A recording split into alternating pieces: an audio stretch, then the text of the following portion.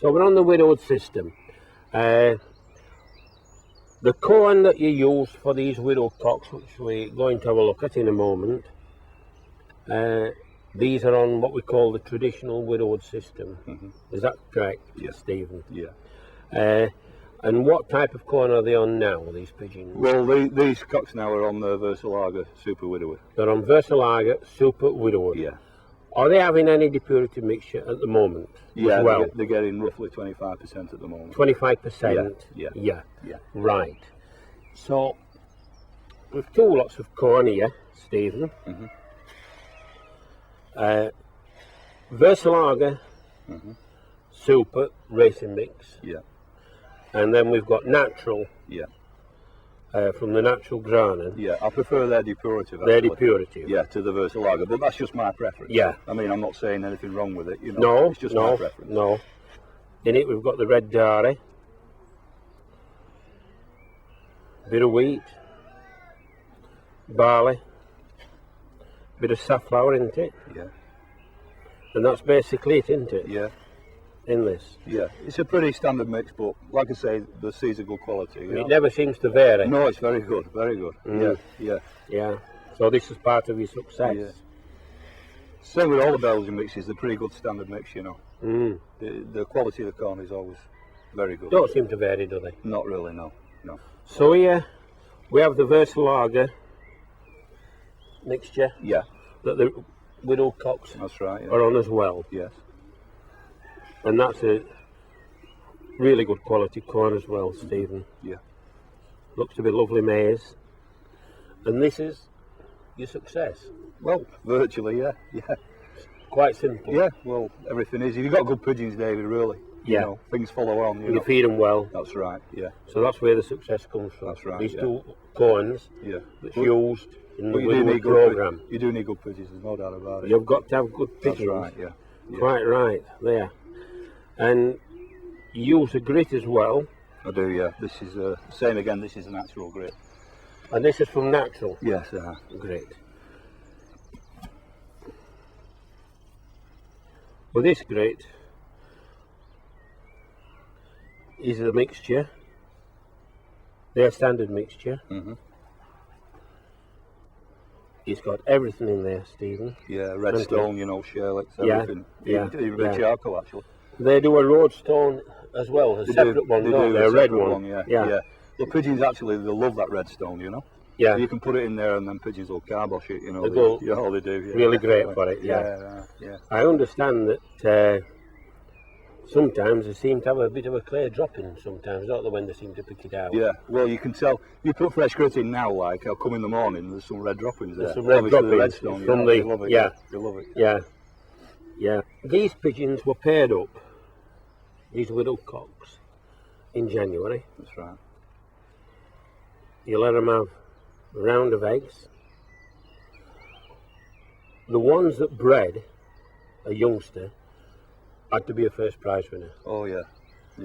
I don't breed out of anything unless they've either bred winners or the first prize winners. Unless obviously you're trying some new stock pigeons, obviously then. Correct. So obviously every loft's going to have one or two pigeons that haven't had a first prize winner somewhere. Yeah. And if there's some in here that haven't had a first prize winner, you'll transfer the eggs from the stock loft into the widowed loft. That's right, yeah. Into the widowed loft. You must remember here, sometimes they come in 2s and 3s, you know, and they're all equal first, but obviously there's only one can go on the top first. Yeah. So that's how things happen. So you've got to use your head, you know, with that. That's what I'm saying. That's right. They can't all be first prize winners, can they? No. You've got to have a team of pigeons. Yeah. And some will come together, as you've said. Well, it's like you mentioned them 10 first, out of them 10 first, the 9 of them pigeons are all different winners. That's right. You know, it's not the same pigeons that's doing all the winning. They're always different pigeons. You know. But some will have come with them. Of course, on a race day. Yeah. And there's only one pigeon that can take the red card, that's isn't right, there? Yeah, that's right. You know. Yeah. So they've got youngsters on. When do you take the youngsters away from the widowed cocks? 21 days old. At 21 days old. Yeah. So the hen is still with the widowed cock. Yeah. Yeah. Up until the day that the young birds are stuck away. Will you take the hens away as well, or will they stop? What I do, I move the youngs at 21 days. I also take the hen away at exactly the same time. Now in the meantime, they could be up to 17 days. Sometimes the hens lay. You might have one egg in the nest, you might have two. Yes. It just depends on the pigeons. Yes. But I don't bother about that. I take everything away. So on one certain day, Yeah. there must be a young bird in there that's 21 days old. That's right. When there's some young birds in the loft, it's 21 days old, the loft is empty. That loft, yeah. Well, you might get a case where some pigeons will lay in 10 days, some will lay in 12. Exactly. So obviously you've got to work it, you know. Yeah. But once they get moved, them young birds, that's when the hen and the nest ball and everything gets turned upside down, and they're on widowed virtually. So on the 21st day of when there's a young bird in, you will take all the hens out and all the young birds, That's even right. if there's some 3 or 4 days younger. Yeah, it doesn't matter. Yeah. Yeah. So that clears that up. Yeah. Then they're on the beginning of the widow system, aren't they? Yeah. Will you repair these widow cocks later? No, I don't. No. Right. So the widow cocks, I'm going to repeat myself, will be paired up in middle of January. Yeah. They will have a round of youngsters. You'll take the hens and the young birds away, and you say then that the cocks are then on full widowhood. Yeah. Yeah. They will never see another egg. They never see them hens again until the first race, on the Friday night of the first race. Yes. I don't train the cocks to the hen, they just come back to nothing. You know what I mean? And I don't show them the hen until the first day of the race. That's right. That's the Friday. They'll see that hen on the Friday. That could be 5, it could be 6 weeks before the race. Will you have trained the widow cocks while they were paired up? No. No.